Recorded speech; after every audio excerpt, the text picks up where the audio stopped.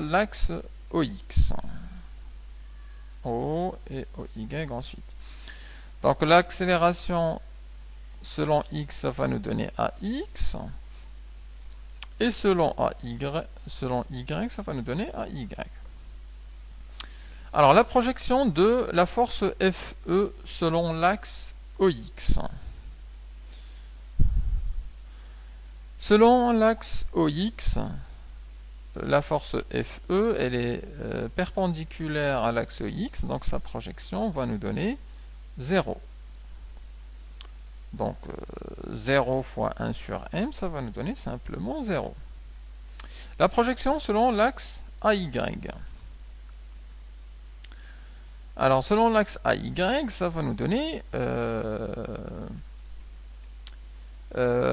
soit j'utilise cette expression, je peux l'utiliser celle-là, moins petit e fois grand E. Le FE c'est égal à moins petit e fois grand E. Le vecteur grand E, il est dans le sens inverse de OY. Il est parallèle à OY, donc sa projection sur cet axe-là sera moins E. Je peux le rappeler ici, FE c'est égal à moins petit e fois grand E. Or celui-là, il est parallèle et dans le sens opposé de OY, donc ça va nous donner simplement son inverse, c'est-à-dire moins E multiplié par la projection de E, c'est moins E. Et le moins fois moins, ça va nous donner plus E.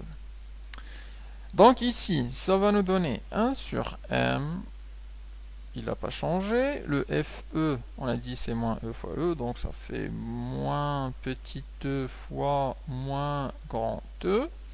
Et on peut même remplacer le E par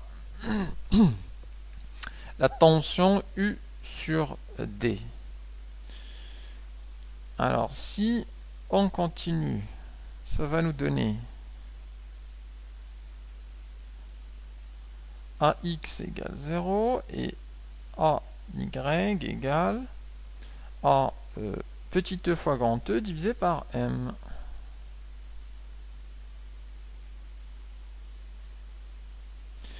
Et on a ainsi les composantes du vecteur accélération. On a l'AX et on a l'AY.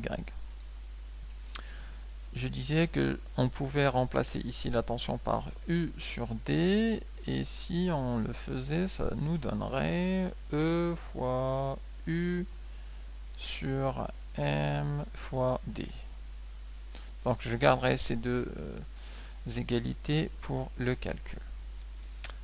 Alors, qu'est-ce que ça veut dire pour le vecteur accélération? En fait, à partir de là, je peux dire que le vecteur accélération, c'est un vecteur qui a deux composantes. La première, elle est nulle, et la seconde, c'est celle-là, E fois grand E sur M. Toujours garder ça en mémoire. Le fait que de raisonner sur AX et AY ne vous empêche pas de bien visualiser que en termes de vecteurs, on a un vecteur A avec une composante nulle et une seconde composante selon Y qui est non nulle. Alors, on a trouvé maintenant la projection. Il s'agit après de faire la primitive et de calculer les constantes, les deux primitives.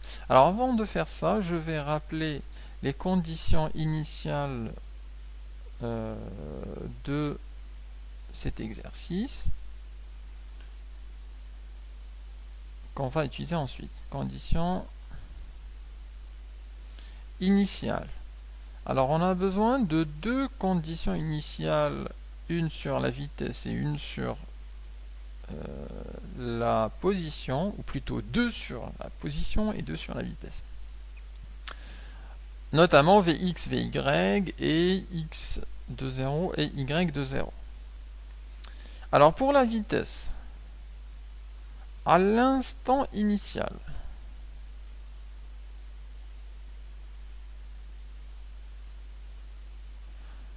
on a V de 0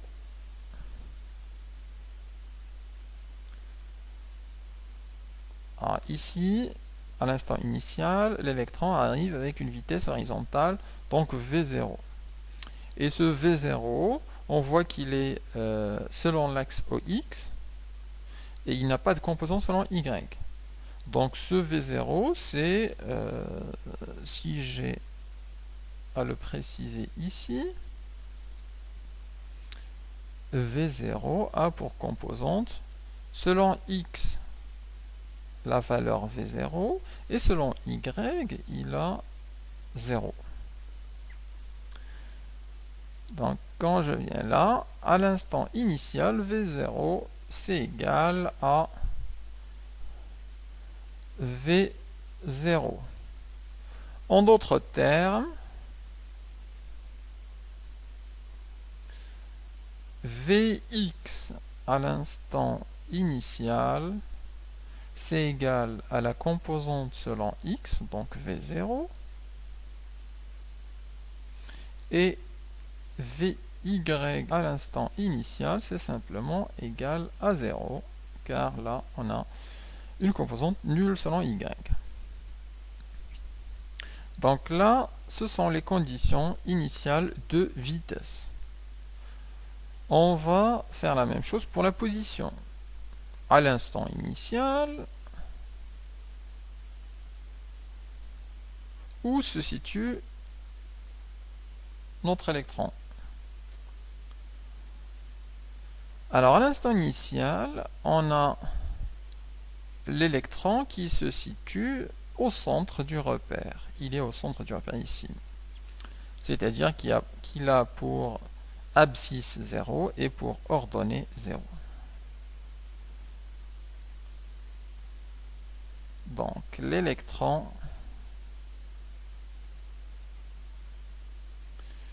est au centre du repère.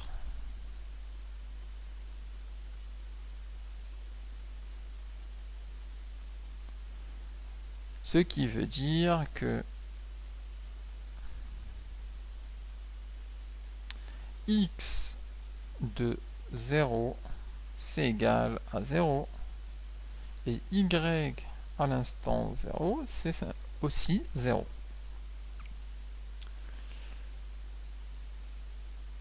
Alors, on a maintenant nos conditions initiales, donc on peut attaquer la primitive sans problème. Pour ça, on va partir des accélérations AX et AY. On va appliquer notre primitive, utiliser quelques propriétés mathématiques et conclure. Donc ici, calculons la primitive.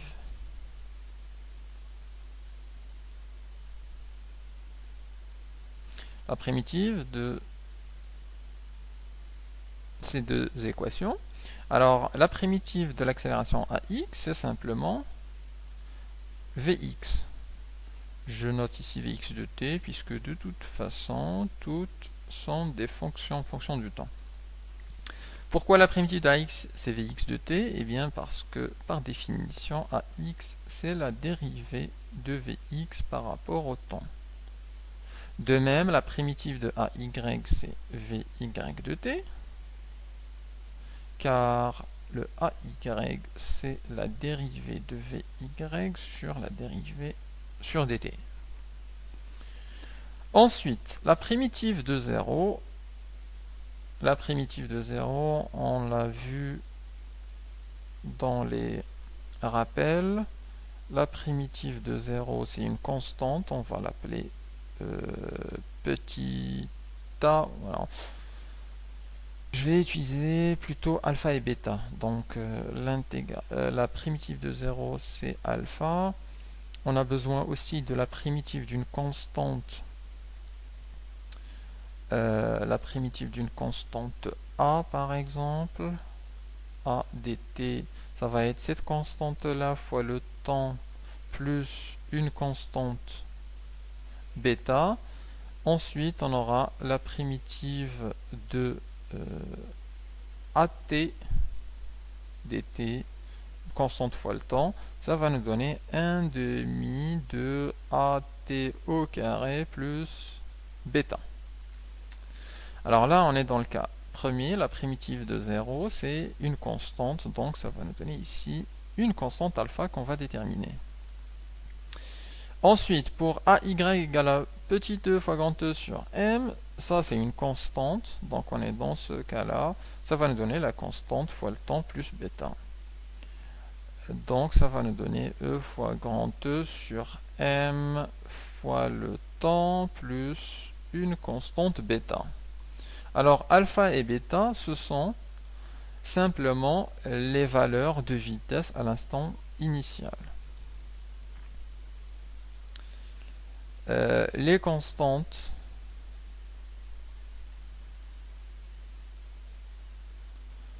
alpha et bêta sont déterminées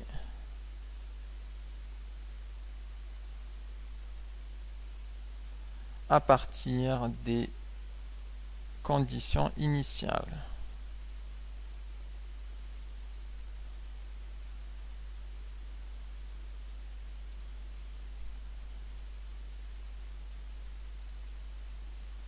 Et en particulier, le alpha, c'est Vx à l'instant 0. Le alpha, c'est Vx à l'instant 0. Le bêta, c'est le Vy à l'instant 0. Instant 0.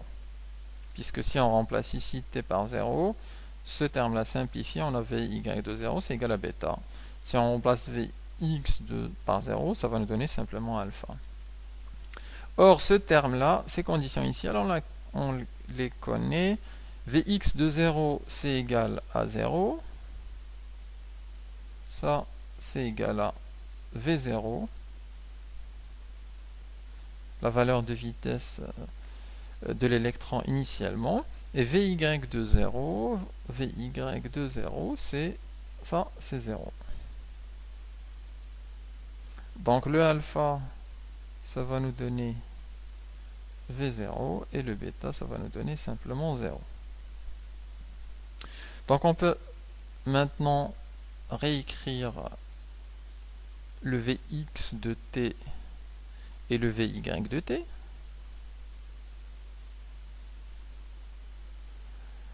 Pour le premier, c'est égal à V0. Pour le second, c'est petit e fois grand E sur M fois le temps. La constante B, bêta, égale à 0. Encore une fois, si je veux remplacer le E par U sur D, je peux l'écrire aussi sous la forme E fois U, la tension appliquée entre les deux plaques, divisé par M fois la distance entre les deux plaques, multiplié par le temps. Donc on a ici les équations de vitesse. Alors, ici, on a calculé la première primitive, on a calculé les constantes. Maintenant, il faut une seconde primitive et calculer les constantes. C'est ce qu'on va faire. Calculons la primitive.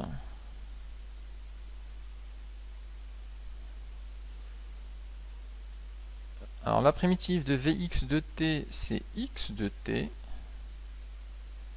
car Vx, c'est simplement la dérivée de x par rapport au temps. De même, la primitive de Vy, c'est y de t, puisque le Vy, c'est la dérivée de y par rapport au temps. La primitive de V0, V0 est une constante, donc la primitive d'une constante, c'est la constante fois le temps plus une autre constante.